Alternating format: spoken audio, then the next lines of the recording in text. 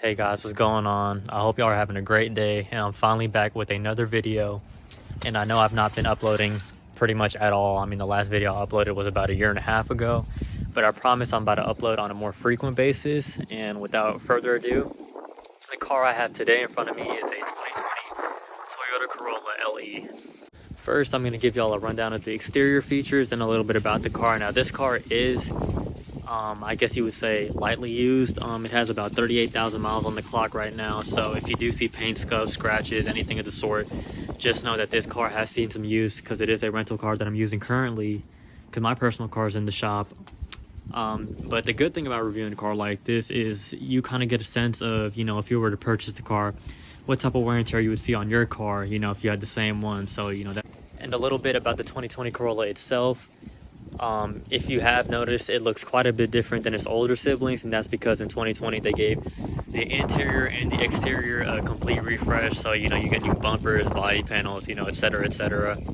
And also for the 2020 model year, you could get, I believe, 5 different trims, the lowest being the L and the highest being the XSE, this being the second to lowest, the LE, and I believe you can get the S and the SE also. So the second to lowest trim, so I wouldn't expect anything great out of this car, but your average commuter car stuff, your creature comforts. But if you do want to get a lot of luxuries like a sunroof, actual alloy wheels, then I'll definitely option up to the XSE.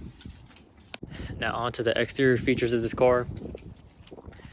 The front bumper sits a tad lower. It looks much better than years past, as well as the rear. We do have LED headlights. I've used them at night, they're super bright. They're not full LED though, unfortunately. As we come around to the wheels, we have 15-inch steel wheels with your standard Toyota hubcaps. Unfortunately, if you do want to get alloy wheels, like I said before, you probably would have to option up to the S package, or the S trim, sorry. As you come around to the mirror, your standard mirror. Unfortunately, no blind spot monitoring on this package. Standard door panels. To come around to the back, these are not LED not LED tail lights. Unfortunately, the back does look a bit better than past years, as I said before. And we got your single exit exhaust pointed down. Coming around to the other side, you do have a shark fin antenna. And all in all, this car, exterior styling wise, I would say they didn't go too crazy.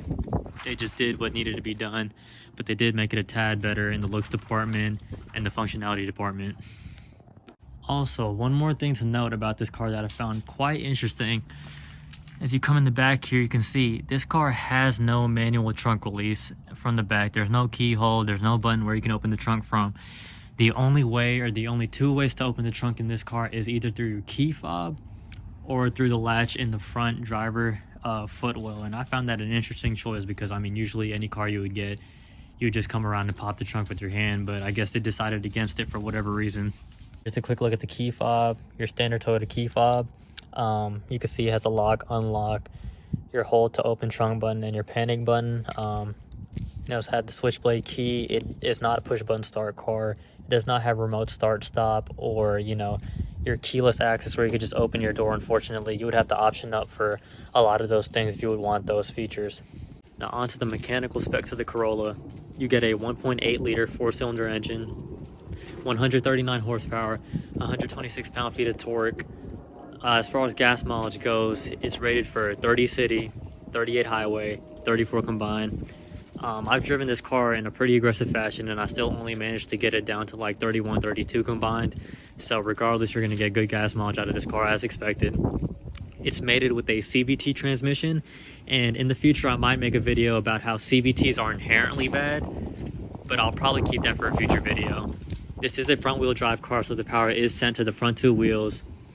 You have a 13.2 gallon gas tank, and if you're looking for a car that's fast or quick, I'm going to be honest with you, this is not it. I've done some 0 to 60 tests. This car failed miserably, or succeeded, however you want to look at it. We were averaging times from the the high 10s to the low 11-second range. So, yeah, you're not going to get anywhere in a hurry in this car. This is really just for the average commuter, someone who wants to get from A to B and you know, get there in a pretty average to slow fashion. You know, coming into the car here, we're gonna unlock the vehicle and step inside the car. And one thing to note, this doorknob, or sorry, not the doorknob, this door handle rather, seems kind of flimsy. I know this is an economical car for your cheaper price bracket, but it almost feels like I could just pull it straight off. So I mean, that's one negative for me here. As we come to this door panel, you have your hard plastic, soft touch cloth, I guess, hard plastic pretty much everywhere. You have your door switches, auto up down for all four. You have your child locks, your door locks, and your mirror adjustment switch right here. Coming further inside, you have your auto high beam. So the cool thing with the auto high beam feature is if you driving on a dark road and you turn that on, it'll turn on your high beams, but as soon as it detects the car coming around the corner or approaching you, it'll automatically dim the high beams to your normal light intensity, and you know, you don't have to worry about doing that yourself. You have your illumination for your cluster. You can make it darker or brighter, however you like it. You have your pull tabs here for your trunk, your gas, and the hood. Now here's the driver's perspective of the cabin, and the interior has definitely been stepped up from previous years and generations. As far as the interior materials, the seats are obviously made of cloth. Mostly everything in this car is hard touch materials with your average sprinkle of rubber and soft touch cloth around the cabin. But as far as the design goes, it definitely does look nicer and feels nicer than previous generations and years. So that's one big plus for this car. The cars come to life, we can see how the infotainment screen works together with the instrument cluster and all the buttons and the features that the drivers get to experience while operating this car. So first and foremost, we have this wheel on the left side of the steering wheel that controls the different categories in the LCD screen you see on the right side: your miles per hour, your distance to empty, your safety measures that come with the car, your trip distance meter and all of that, you know, your vehicle settings, whatnot, etc., etc. Coming back to the left side of the steering wheel, you have your back track, you have your answer and call phone button, you have your volume controls for your radio or your Bluetooth connected phone. This car does come standard with Bluetooth. Your speaking button, if you want to, you know, verbally, you know, it's kind of like Toyota's version of Siri. You could say what you want and they'll hopefully understand you correctly. Now coming on to the right side of the car, you have your radar detection. So what this car has actually that's really cool is if you're driving down the road, you know, you're used to normal cruise control where you still have to look how much distance you have between you and the car in front of you.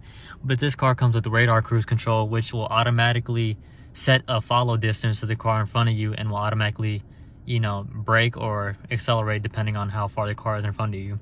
It also comes with lane departure assist, and both of these systems you can turn on and off. Lane departure system is pretty self-explanatory. If you do tend to not stay in your lane or you veer off in a lane, you're getting sleepy or whatever the case may be, the car will like readjust its steering wheel by itself and like bring you back into the center of the lane, which is really good. I honestly think it's annoying, so I just turn both of them off. Also, this does have collision detection warning. If you brake too hard, or rather I should say, if you're coming up to a car too fast and the car detects that it might be in a collision, it'll start beeping at you to kind of get your attention. So that's another good thing that this car has as far as safety systems go. Now coming on to the right side, this is all the cruise control buttons on the wheel. You have your mode button that will change your different modes you see on these buttons on the left and the right side. That will change between home, menu, audio, and you can do that from your steering wheel. And this is next track and previous track button. Now the one thing that I do want to say about the buttons in this car, or the ones at least on the steering wheel, they have horrible tactile feeling. And what I mean by that is it gives you almost no feedback. Sometimes I have to double check if I'm pressing a button. Continuing with that same theme, pretty much every single button on the steering wheel is terrible, mushy, and has terrible tactile feel. That's one really big complaint I have about this car. Moving on to the next item, you have your headlight switches right here, or your knob rather, your windshield wiper knob. Nothing to complain about or commend there. Your gauge cluster, it does have one LCD screen, analog for the rest of it. Nothing to really brag about there. Moving on to your center console and your center infotainment system, You can use the buttons to control it as well as use your touch, because this is touchscreen. Now, I do commend Toyota on putting this in the car, because this is one of the better touchscreens you get to use, especially on a car of this price point. So that's one really good thing about this car. But the one terrible thing about the infotainment system is the god-awful volume knobs. I mean, god-awful. It's even worse than the buttons on the steering wheel. It's uneven. It doesn't control your volume properly. It's just terrible all around. Like, honestly, I would stick to the steering wheel button, and I just complained about that. So that just tells you how bad the volume knob is. Along with the tune knob, I would just end up using the seek track button, because those knobs are just absolutely terrible. But on the flip side, these knobs down here actually have tactile feel, and it's kind of notchy, so you know how much you're going up by each time, and not just like guessing and praying by using the volume knob. It does have a nice little digital display right here of how the temperature is. That's your temperature button. That's how hard you want the breeze to blow. And you just got your buttons down here. Now these buttons are absolutely fantastic. They have good tactile feel. You know, hopefully in the next year or two, they're gonna make these buttons the same feel as the ones on the steering wheel. But anyways, I'm done complaining about that, sorry. Now on to, let me turn that down real quick. On down to the shifter. It's your, you know, your classic stick shifter. It's not an electronic one. It does have an electronic parking brake along with a auto stop feature. Now what this is or rather an auto brake hold feature, which means if you're stopped at a stoplight and you don't want to hold your brake or your foot on the brake, you just press this button and you could take your foot off the brake, and it's like your car was in park, but it's not really in park. And all you would have to do to leave that situation is just press the gas and you would just take off. And here you have your traction control off button. I don't know why you'd really take it off in this car, looking as to you couldn't really do anything sporty, but you know, hey, I guess you gotta have it. And as far as space in this car, in compartments, it has your average amount of space in compartments. You know, you have your door pocket right here by the driver's side. You have your little place where you could keep your phone or your keys or whatever you want. It's your 2 cup holders, your passenger side. This glove box is, you know, it's a pretty average size. And the one thing about this center console, I apologize for my charging wire in there, but it's, you know, it's an all right size, a pretty average size, and you know, you could fit a lot of stuff in there. But the one weird thing about the center console is it's weighted. And I've never seen this before in any car. Most cars have a center console where if you open it even a tad, it's spring loaded and it automatically comes up. But it's like the exact opposite in this car, which I find really strange. But hey, I guess it's a revolutionary design feature. Another few things to note about this interior. I'm pretty skinny, but this car has a pretty good amount of space. I mean, even if you were a bigger person, I'm 5'9", and I'm sitting not even with the seat all the way back, and I have a pretty good amount of leg space, like more space than I would ever need. As far as seat material goes, I've gone over it's cloth, but it has this weird, like, almost diamond stitching, but not stitching. It's just perforations. So I guess it makes it look a little bit more upscale, but I think it just makes it look silly. You have your vents and your accents all in piano black. This whole interior looks a little bit better than, as I've stated before, previous generations and previous years. You have a vent on this side. Also for your sound system. Now, the one interesting thing about the sound system is it has 6 speakers, 2 in the front doors, 2 in the rear doors, and then 2 up here on the dashboard. The sound system itself is not bad. It has pretty good bass, you know, nothing special, but nothing that you would really have to complain about in this price point. One thing to definitely note about the audio experience in this car is the standard setting that they have put into this car is absolutely terrible. If you play music on the standard setting, it will be sounding like you have a concert playing in front of you and there's nothing in the back. So I recommend a setting setup such as this, so it's equaled out. For whatever reason, on their standard setting is not equaled out at all. So I mean, that's just a pro tip for anyone who owns this car in the future or is looking to buy this car. Now that we're in the rear of this car, you kind of get an idea of how a backseat passenger would feel in a car like this. Like I said, I'm 5'9", and I'm sitting behind myself, and I'm like slouching right now and putting my legs out. I mean, there's just like, you know, an infinite amount of space. It doesn't even matter if you were like 6'5", you would be able to fit in here fine. I don't know about the headroom though. I would say there's about 5 inches from the top of my head to the ceiling. But that's a pretty ample amount of space, especially in a car like this. couple things to note. You do not get rear vents. You do get a little bit of rear storage, but no rear vents and no rear outlet, which can be a big deal to people who transport other people a lot. Like I said, you do have your speakers back here, just 1 and 2. No speakers in the back, unfortunately. They carried around the perforation in the seats.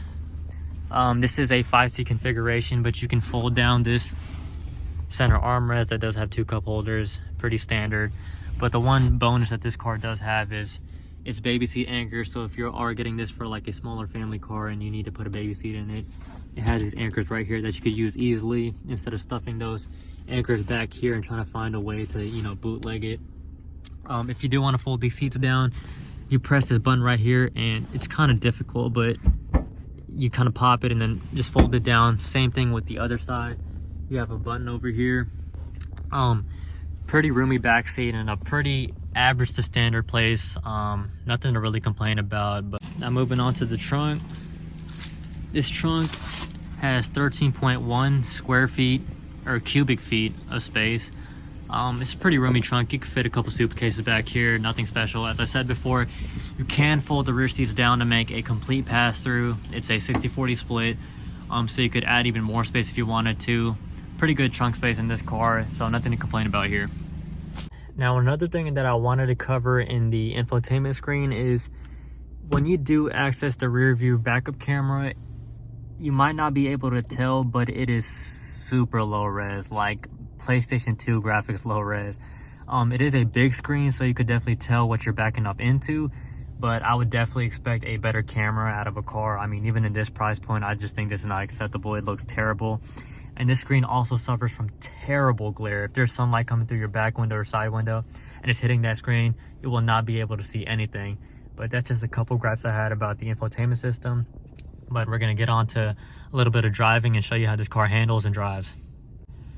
Now, as we set out on a little drive to show you how it handles, the first thing that I notice is an extremely light steering wheel. I mean, extremely light. Like, this is probably the lightest steering wheel feel that I felt in probably ever. Even turning out, the steering is so light that you kind of get absolutely no feedback. Now, I know this is not a sports car, but I just feel like this is just a little bit too light. Also, I'm not gonna do it here, but when I've been driving on highways or anything with the speed limit over 60 or 70, this car does feel a little bit squirrely at higher speeds. It feels like it's not as planted as it should be, and the light steering does not help. You can feel that this is an electronic steering setup, and they do try to artificially weight the steering at higher speeds, but it's so inconsistent that honestly sometimes I just don't feel all that safe. And I do find myself feeling like I do have to focus on staying in my lane sometimes, because my steering wheel would start drifting to the left or the right, and I do have to focus a little bit more than I would have to in like any other car. Like, for example, in my 17 Ford Fusion, like, I would just stay in my lane regardless, and I wouldn't have to focus on staying in my lane. It's just an autonomous action. But here sometimes, especially when it's a tad windy, or, you know, not even, you just have to focus on staying in your lane, and I just feel like that's something that's not acceptable in a car like this. And for all you sports cars drivers or people that want to ridicule a car like this, here you go. That is pedal to the floor right now. As you can see. So from the previous clip, it was very apparent that this car was not built for speed or acceleration, but rather for commuting. And I mean, I'm not going to judge a car based on something it was not made to do. So I mean, this car, as far as a commuting car and a car that you would use for everyday use, you know, driving back and forth, it does that job pretty well. It does have its downsides, like every car does, but I think they're pretty minor for the most part, and something you could overlook. And I do feel like this is a pretty enjoyable car for the, you know, everyday use. You get good gas mileage. The comfort is pretty standard, maybe a little bit tad above average. And yeah, I'd probably give this car an 8 out of 10 as far as a commuting car goes. Alright guys, thank you so much for watching. This was my review of the 2020 Toyota Corolla LE. This is HHA Productions, and I want to tell y'all that I appreciate y'all so much. Leave a like on the video if you like the video, learned something, or I even helped you in your buying process. Subscribe, because every little subscription and like helps the video. We are a small channel trying to grow, and I hope y'all have a fantastic day.